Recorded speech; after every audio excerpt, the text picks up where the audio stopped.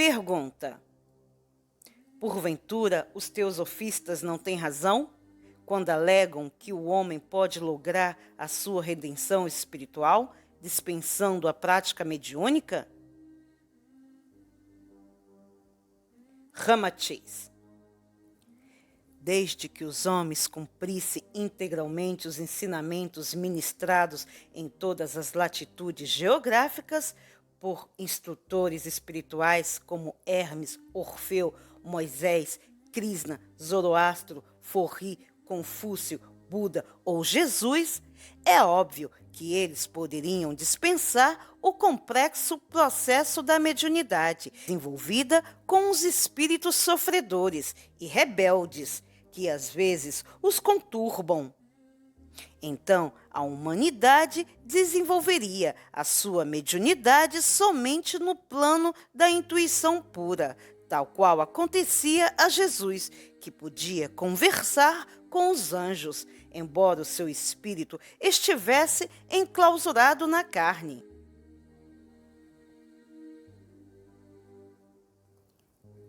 Pergunta: os teosofistas ainda discordam de que seja preciso doutrinar os espíritos sofredores e perturbados através de médiuns, pois isso é tarefa comum no além e dispensa a interferência dos encarnados.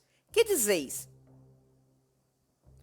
Ramatiz: sem dúvida, antes da codificação espírita, já existiam espíritos sofredores que eram doutrinados no espaço e dispensavam os trabalhos mediúnicos da Terra.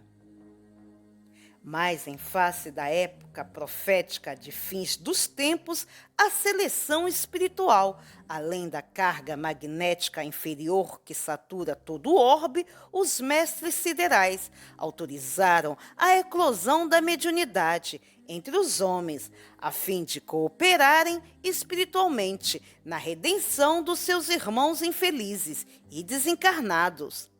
Em consequência, o espiritismo é um movimento espiritualista mais eficiente e sensato para disciplinar os médiuns e orientar-lhes as relações perigosas entre vivos e mortos, dando-lhes a garantia e segurança contra as investidas malfeitoras do mundo oculto. Por isso, é doutrina sem mistérios, tabus ou compromissos religiosos. O espírita não precisa abandonar suas obrigações cotidianas, nem submeter-se aos retiros purificadores ou isolar-se em conventos, monastérios e confrarias exóticas para merecer o apoio dos mestres.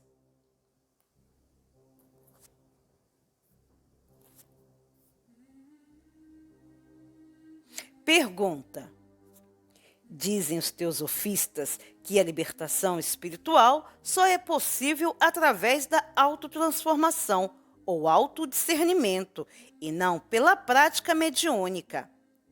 Isso não justifica a existência das confrarias iniciáticas do passado, resguardando os valores do espírito somente aos eleitos? Ramatiz: inegavelmente, é o aprimoramento íntimo espiritual, a abdicação consciente das ilusões da vida carnal, ou o treino mental de libertação dos instintos inferiores, o que realmente gradua o espírito para a sua acesse angélica.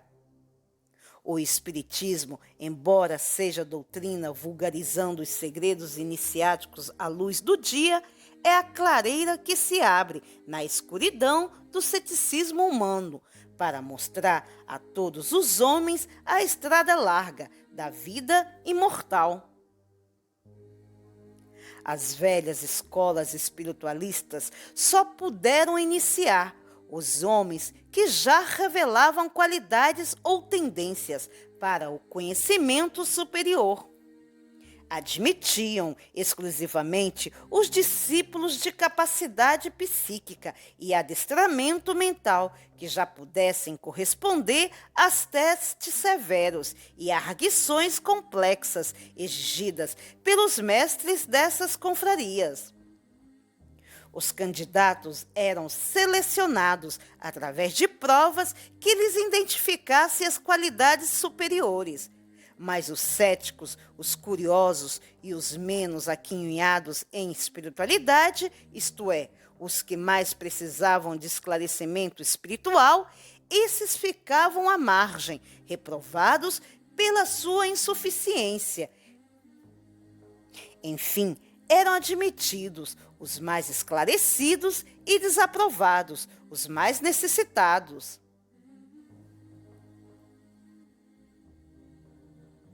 Por isso, o Alto então optou pela prática mediúnica, embora reconhecesse tratar-se de um evento ainda imaturo para os homens escravos das paixões inferiores, acorrentados aos postulados separativistas de pátria, raça e religiões, que servem de combustível às guerras patricidas.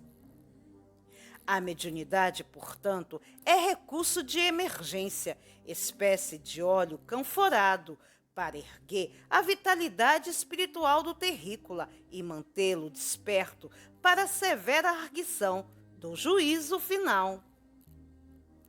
Não importa se os ensinamentos e segredos das confrarias iniciáticas foram vulgarizados pelo espiritismo e traído o sigilo dos templos, mas a verdade é que o Alto, ainda assim, proporciona os recursos de salvação para todos os homens.